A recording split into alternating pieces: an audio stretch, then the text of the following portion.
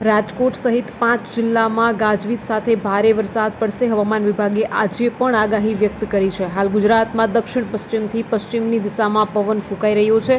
આગામી 3 દિવસ માટે આખા ગુજરાતમાં હળવાથી મધ્યમ વરસાદની આગાહી આપવામાં આવી છે.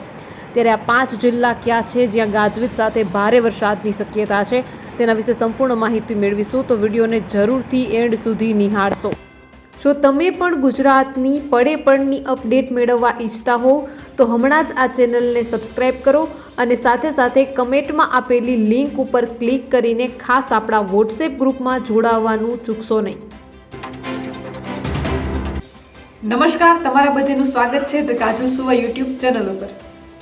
ગુજરાતમાં છેલ્લા થોડા દિવસથી વાદળછાયા વાતાવરણ સાથે હળવોથી ભારે વરસાદ પડી રહ્યો છે. સૌરાષ્ટ્ર તરફથી એક સિસ્ટમ પસાર થતી હોવાથી ગુજરાતમાં હજી 3 દિવસ વરસાદ પડી શકે છે.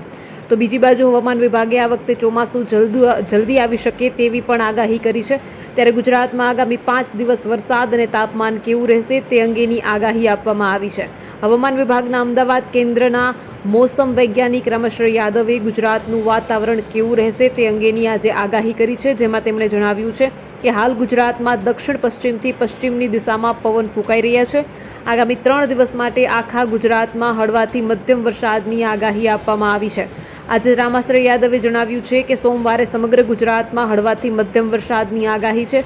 આ સાથે 40થી 50 કિલોમીટર ગતિએ પવન ફૂંકાવાની સાથે ગાજવીજ સાથે વરસાદની શક્યતા છે. આજે જૂનાગઢ, રાજકોટ, અમરેલી, ગીર સોમનાથ, દીવ અને પોરબંદરમાં ભારે વરસાદની આગાહી આપવામાં આવી છે. મંગળવારે એટલે કે આવતીકાલે આખા ગુજરાતમાં છૂટાછવાયા સ્થળો પર હળવાથી મધ્યમ વરસાદની આગાહી આપવામાં આવી છે. હવામાન નિષ્ણાત પરેશ ગોસ્વામીએ ગુજરાતના હવામાન અંગેની આગાહી આપી છે, જેમાં તેમણે જણાવ્યું છે કે 12મી તારીખથી ગુજરાતના કેટલાક વિસ્તારોમાં છૂટાછવાયા હળવા ઝાપટા જોવા મળશે. આની બહુ અસર જોવા નહીં મળે. હાલ જે વાદળછાયું વાતાવરણ છવાયું છે તે પણ ધીરે ધીરે ખુલ્લું થશે. 13મી મે સાંજ સુધીમાં ગુજરાતનું સંપૂર્ણ આકાશ ખુલ્લું થઈ જશે. 14મી તારીખથી ગુજરાતનું વાતાવરણ રાબેતા મુજબ પહેલાં જેવું જ થઈ જાય તેવી આગાહી તેમણે કરી છે. 21મી તારીખ સુધી હવામાન ખુલ્લું રહેશે, જે બાદ 22થી 30 મે સુધી ફરીથી પ્રી મોન્સૂન એક્ટિવિટી થવાની સંભાવના છે, પરંતુ 21મી તારીખ સુધી ગુજરાતનું હવામાન ખુલ્લું રહેશે. તો બીજી બાજુ ગુજરાતમાં હજુ પણ 12 કલાક જેટલી વરસાદની આગાહી જે છે તે વ્યક્ત કરવામાં આવી રહી છે. આ 12 કલાકમાં કયા કયા જિલ્લામાં વરસાદ પડી શકે છે તેની ખાસ વાત કરવાની છે. ગુજરાતમાં હજી 12 કલાક ગાજવીજ સાથે વરસાદ પડશે. એક ટ્રફ લાઇન સૌરાષ્ટ્રથી ઈસ્ટ સેન્ટર એરેબિયન સી સુધી છે, જેના કારણે આગામી 2 દિવસ ગાજવીજની આગાહી છે. આ સાથે 3 દિવસ હળવાથી સામાન્ય વરસાદ થવાની આગાહી છે. શહેરમાં હાલ કાળઝાળ ગરમી નહીં, પરંતુ બફારાનું પ્રમાણ વધ્યું હોય તેવો અનુભવ થઈ રહ્યો છે. ત્યારે ગુજરાતમાં હજી 48 કલાક કેટલાક ભાગોમાં ભારે ગાજવીજ અને પવન સાથે વરસાદની આગાહી હવામાન વિભાગ દ્વારા વ્યક્ત કરવામાં આવી છે. જોકે થોડા દિવસોમાં ગુજરાતનું હવામાન ફરી પલટાશે તેવી આગાહી પણ કરવામાં આવી છે. રાજ્યમાં કમોસમી વરસાદ વરસવાને કારણે ખેડૂતોના પાકને ભારે નુકસાન થયું છે. રવિવારે રાજ્યના વિવિધ શહેરમાં તાપમાન વધી 36 ડિગ્રીની આસપાસ પહોંચી ગયું હતું. આ સાથે હવામાં ભેજનું પ્રમાણ વધતા અસહ્ય બફારો વર્તાયો હતો. 40.2 ડિગ્રી સાથે ભુજ રાજ્યનું સૌથી ગરમ શહેર રહ્યું હતું. અમદાવાદમાં 36.6 ડિગ્રી, ગાંધીનગરમાં 37, પોરબંદરમાં 34.5, રાજકોટમાં 36.4, ભાવનગરમાં 35 અને સુરતમાં 35.4, વડોદરામાં 36.6, દાહોદમાં 35.5 ડિગ્રી તાપમાન નોંધાયું છે. હવામાન વિભાગના અમદાવાદ કેન્દ્રના મોસમ વૈજ્ઞાનિક પ્રદીપ શર્માએ જણાવ્યું છે કે એક ટ્રફ લાઇન સૌરાષ્ટ્રથી ઈસ્ટ સેન્ટર એરેબિયન સી સુધી છે, જેના કારણે આગામી 2 દિવસ ગાજવીજની આગાહી છે. આ સાથે 3 દિવસ હળવાથી સામાન્ય વરસાદ થવાની આગાહી છે. આ સાથે તેમણે મહત્તમ તાપમાન અંગેની આગાહી કરતા જણાવ્યું છે કે આગામી 7 દિવસ 3 થી 5 ડિગ્રી વધવાની આગાહી છે. હાલ ગાજવીજ માટે યલો એલર્ટ આપવામાં આવ્યું છે. હવામાન વિભાગે આપેલી માહિતી પ્રમાણે આજે 12મી તારીખે સોમવારે કચ્છ, પાટણ સિવાયના તમામ જિલ્લામાં છૂટાછવાયા સ્થળો પર ગાજવીજ સાથે હળવાથી મધ્યમ વરસાદની આગાહી આપવામાં આવી છે. મંગળવારે 13મી તારીખે ગીર સોમનાથ, અમરેલી, ભાવનગર, ભરૂચ, છોટાઉદેપુર, નર્મદા, સુરત, તાપી, ડાંગ અને વલસાડમાં છૂટાછવાયા સ્થળોએ ગાજવીજ સાથે હળવાથી મધ્યમ વરસાદની આગાહી કરવામાં આવી છે. આંધી વંટોળ સાથે ફરીથી પ્રિમોન્સૂન એક્ટિવિટી જોવા મળે તેવી શક્યતા છે અને ચક્રવાતની પણ સંભાવના છે. છેલ્લા 1 અઠવાડિયાથી ગુજરાતમાં જાણે ચોમાસું બેસી ગયું હોય તેવી સ્થિતિ છે. મે મહિનામાં જ્યાં આકરો તાપ પડવો જોઈએ તેની જગ્યાએ અષાઢ જેવો ધોધમાર ગુજરાતભરમાં વરસાદ વરસી રહ્યો છે. ભર ઉનાળે આવેલા વરસાદે એક તરફ ખેડૂતોના પાકનો શોથ વાળી દીધો છે, ત્યારે હજુ પણ 2 થી 3 દિવસ જગતના તાત માટે ભારે છે.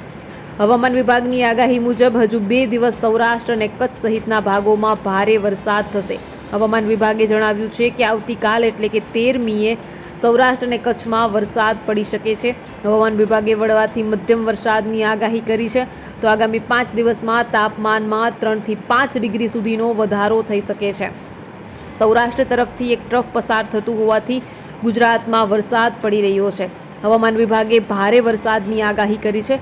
ત્યારે હવામાન નિષ્ણાત અંબાલાલ પટેલે મુશળધાર વરસાદની સાથે સાથે ચક્રવાતના એંધાણ આપ્યા છે.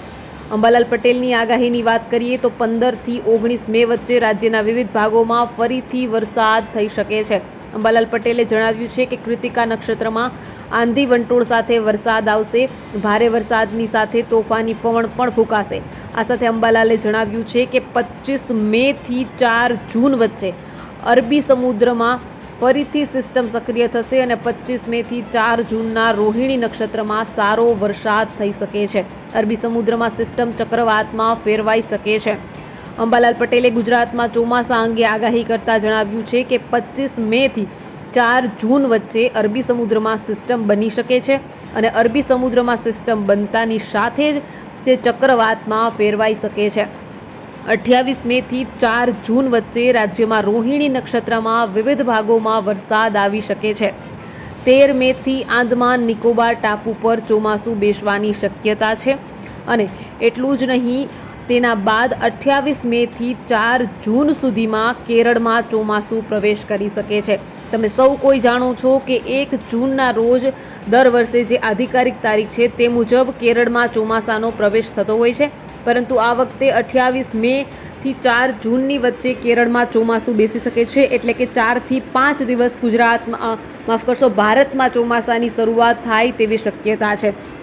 અને ગુજરાતમાં ચોમાસાની જે શરૂઆત છે તે 15 જૂનથી આસપાસ થતી હોય છે. ત્યારે આ વખતે જો કેરળમાં પણ ચોમાસું 4-5 દિવસ વહેલું આવ્યું તો જરૂર છે કે ગુજરાતમાં પણ કદાચ ચોમાસું 4 થી 5 દિવસ વહેલું આવી શકે છે.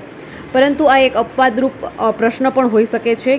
ઘણી વખત એવું પણ બને છે કે ચોમાસું કેરળમાં રાબેતા મુજબ અથવા 3-4 દિવસ વહેલું આવી જાય છે, પરંતુ ચોમાસું વચ્ચે જે છે તે સ્થગિત થઈ જતું હોય છે.